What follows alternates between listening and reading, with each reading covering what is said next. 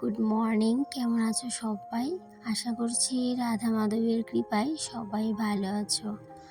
গিন্নিশালা রান্নাঘর ব্লগস থেকে আমি রূপা তোমাদের সবাইকে আবারও অনেক অনেক ভালোবাসা ও ওয়েলকাম জানিয়ে আজকের সকালটা শুরু করলাম। 2-3 দিন আগে ঘাসের ওষুধ দেওয়া হয়েছিল আর ঘাসগুলো দেখো কিভাবে শুকিয়ে গেছে। তবে কিছু কিছু জায়গায় সবুজ হয়ে আছে।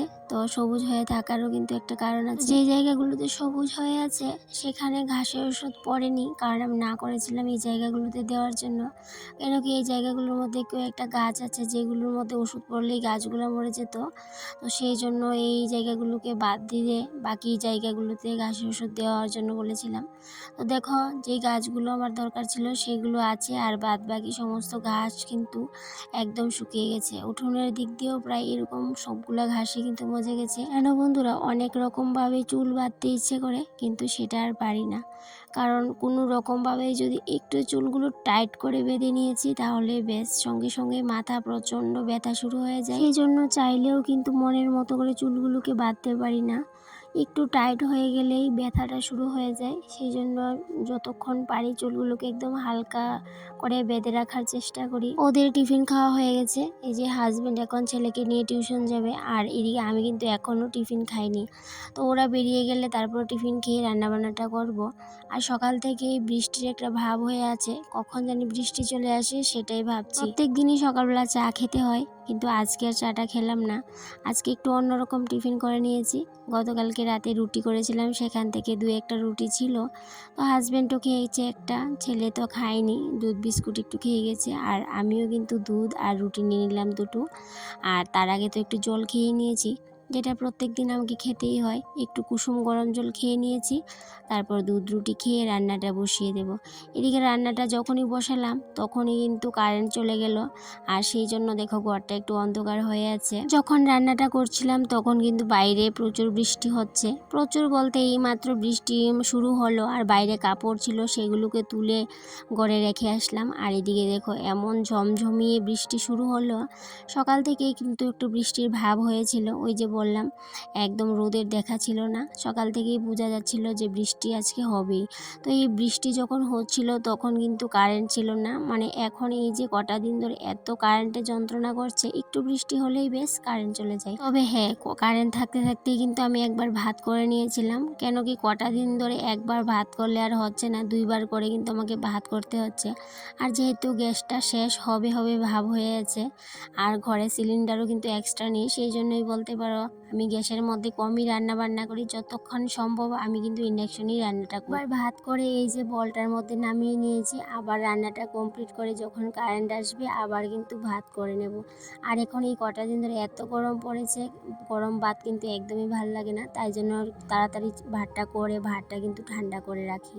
এদিকে দেখো গতকালকের মাছগুলোর ডাল ছিল তরকারি, আর এদিকে আছে মাছের তেল, যেটা আমি রাতের বেলা করেছিলাম। আর সকালবেলা শুধুমাত্র আমি ডাল রান্না করেছি তেঁতুল দিয়ে, আর ডালটাও কিন্তু রাতের বেলা আমি সিটি দিয়ে রেখে দিয়েছিলাম। আর এদিকে মাছের ডিম বেগুন দিয়ে আর সাথে মাছ ভাজা। আজকে রান্নাবান্নাটি এইটুকুই। তো রান্নাটা আর তোমাদের সাথে আজকে শেয়ার করলাম না, কারণ ওই যে বললাম কারেন্ট ছিল না, সেই জন্য। এদিকে রাতের অল্প ভাত ছিল, তো সেই ভাতগুলোকে নষ্ট করব না, এইগুলোর মধ্যে একটু জল দিয়ে ফ্রিজে রেখে দেবো। দুপুরবেলা ভাতের সাথে আমি খেয়ে নেব, কারণ জল ভাত খেতে আমি ভীষণ ভালোবাসি, তাই জন্য এই ভাতগুলোকে একটু জল দিয়ে এখন ফ্রিজে রেখে দেব। আর এদিকে তো আমার রান্নাবান্না কমপ্লিট হয়ে গেছে। আর এই যেহেতু কারেন্টের অনেক ডিস্টার্ব করছে, সেই জন্য আর তোমাদের সাথে কোনো কিছুই রান্নাটা শেয়ার করতে পারলাম না। এখন রান্নাও কমপ্লিট হয়ে গেছে, কারেন্টও এসেছে, আর তার মধ্যে আবার কিন্তু বৃষ্টিটাও থেমেছে। এদিকে ছেলেও টিউশন থেকে চলে এসেছে, আর এদিকে দেখো ব্যাগ গেঞ্জি প্যান্ট কোথায় ফেলে গেছে। জায়গা মতো তো কোনো কিছুই রাখবে না, সেটা আর আমি একদমই শিখিয়ে উঠতে পারছি না। জানি না কাদের কাদের বাড়িতে এরকম সমস্যা হয়, আমার তো প্রচণ্ড সমস্যা। এই যে ওকে আমি কেন শিখিয়ে উঠতে পারছি না যে জায়গার জিনিসটা জায়গাতে রাখতে হয়। তোমরা প্রায় অনেকেই আমাকে প্রশ্ন করো যে আমি কোন ঘরে থাকি। তো আমি সচরাচর তোমাদের কিন্তু আমার এই রুমটা বেশিরভাগ দেখাতে পারি না, যেহেতু ওই বললাম কারেন্টের সমস্যা, অন্ধকার হয়ে থাকি ঘরটা, সেই জন্য তোমাদের সাথে আমি আমার রুমটা শেয়ার করতে পারি না বেশি। তো সেই জন্যই বলতে পারো তোমরা অনেকে হয়তো বুঝতে পারো না যে কোন রুমে আমি থাকি। আসলে আমি এই রুমটাতেই থাকি, এই মাটির ঘরটাতেই থাকি। যদি আমাকে জিজ্ঞেস করে তুমি কোন ঘরে থাকতে বেশি পছন্দ করো, তো সবচেয়ে আগে উত্তর আসবে যে হ্যাঁ, আমি এই ঘরটাতেই থাকতে বেশি পছন্দ করি। হয়তোবা ঘরে তেমন ফার্নিচার নেই, কোনো কিছুই নেই, শুধুমাত্র জাস্ট একটা খাটই আছে। তবে হ্যাঁ, সোফা ছিল, তো সোফাগুলো একটু নষ্ট হয়ে যাওয়ার কারণে বাইরে আছে একটা আর ঘরের ভেতরেও একটা আছে, তবে সেটা তেমন বেশি ভালো না। এই ঘরটা পছন্দের হলেও কিন্তু প্রত্যেক দিন আমাকে অনেকটা ভয়ে ভয়ে কাটাতে হয়, কেন কি এই ঘরটাতে যেহেতু অনেক ফাটল ধরেছে। আর এই ফাটলগুলো কিন্তু আগে একদমই ছিল না, এই যে কয়েক বছর ধরে এই ফাটলগুলো দেখা যাচ্ছে। আর এই যে কটা দিন ধরে যেমন ফাটলগুলো আরও বেশি বড় হয়ে যাচ্ছে, সেই জন্যই বলতে পারো অনেকটাই ভয়ে ভয়ে থাকি। রাতের বেলাও যখন ঘুমাই অনেকটাই কিন্তু ভয় করে। বেশিরভাগ ফাটলে কিন্তু আমার এই খাটের সাইডে যে পর্দাগুলো দেওয়া, এই পর্দাগুলোর পেছনে, সেই জন্যই বলতে পারো আরও বেশি করে পর্দা দিয়ে ঢেকে রেখেছি, কারণ ফাটলগুলো দেখলে না আমার ভীষণ ভয় করে, সেই জন্য পর্দা দিয়ে রেখেছি।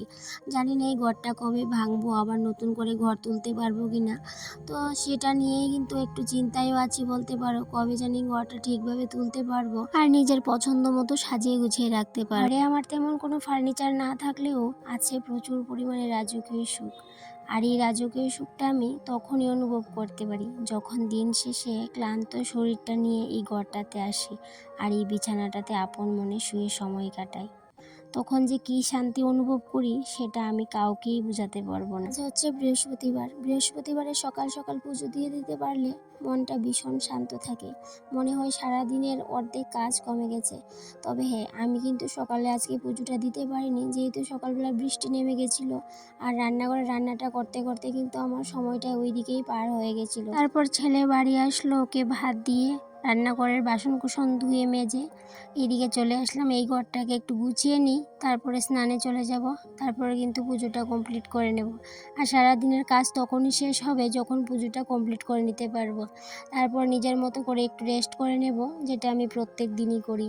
তবে হ্যাঁ, প্রত্যেক দিনই কিন্তু নিজের মতো করে একটু সময় কাটানোটা আমার ভীষণ একটা পছন্দের জিনিস বলতে পারো। কাজকর্ম শেষ করে ঠাকুর ঘরে চলে আসলাম, এদিকে মা লক্ষ্মীর ঘরটাও বসিয়ে দিলাম। আজকে ঘরটা এমনভাবে সাজিয়েছি ফুল দিয়ে, আম পাতাগুলো একদমই দেখা যাচ্ছে। আমি এখন থেকেই ভাবছি যখন আম গাছটা কেটে ফেলবে তখন এই যে প্রত্যেক বৃহস্পতিবারে আমি কোথা থেকে আম পাতা নিয়ে আসব।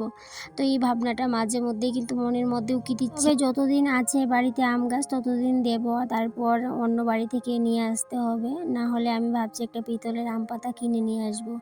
তো এদিকে পুজো দিয়ে চলে আসলাম রেস্ট করার জন্য। ওই যে বললাম নিজের মতো করে একটু প্রত্যেক দিন আমি সময় কাটাই, যেটা আমার ভীষণ পছন্দের।